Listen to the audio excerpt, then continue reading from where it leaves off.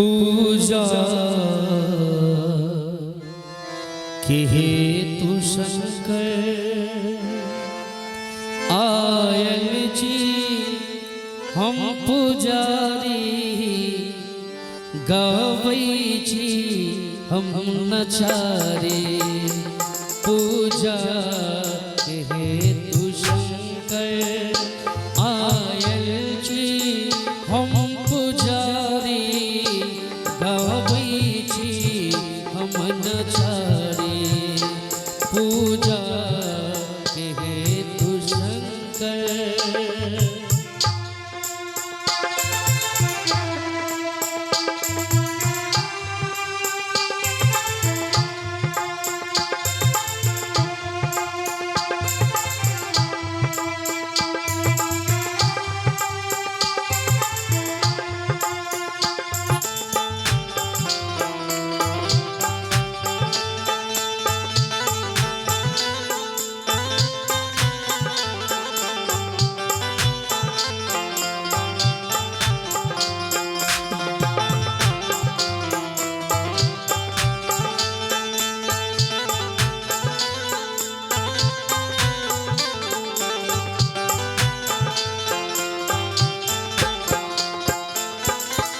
जानी न जोग जप तप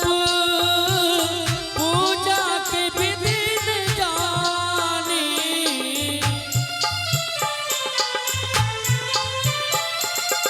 जानी न जोग जप तप पूजा के विधि न जाने कईयो हमर मनोरथ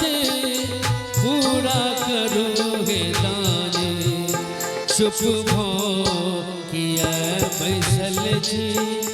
चुप भो किया बैसल जी खोलू ने अपन के बारी आयल जी हम पुजारी पूजा के हेतु शंकर।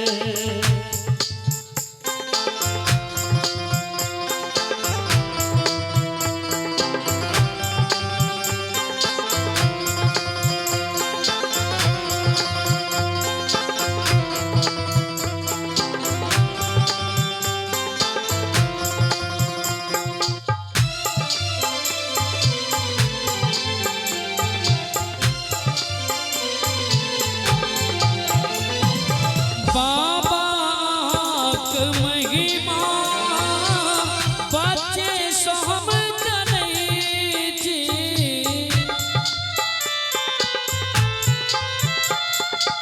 बाबा की महिमा बच्चे सोहम जनई जी दुख की कहब के सबका जने दर्शन दिया दिगंबर दर्शन दिया दिगंबर दर्शन के हम भिखारी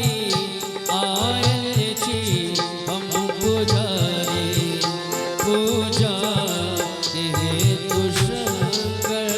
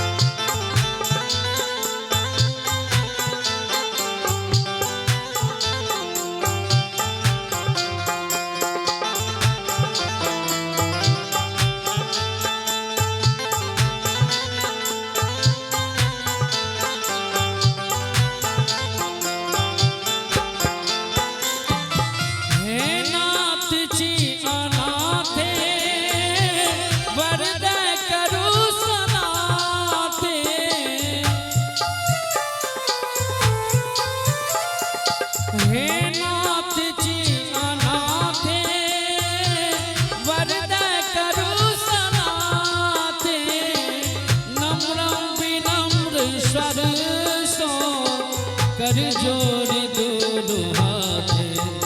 डमरू अहाँ बजाबो डमरू अहाँ बजाबो गाबै छी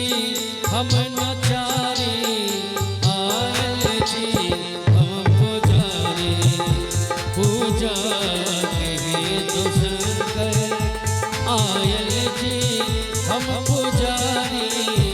गाबै छी हम नचारी पूजा के हेतु शंकर आयल जी हम पुजारी गाबै छी हम नचारी गाबै छी हम नचारी गाबै छी हम नचारी गाबै छी हम नचारी।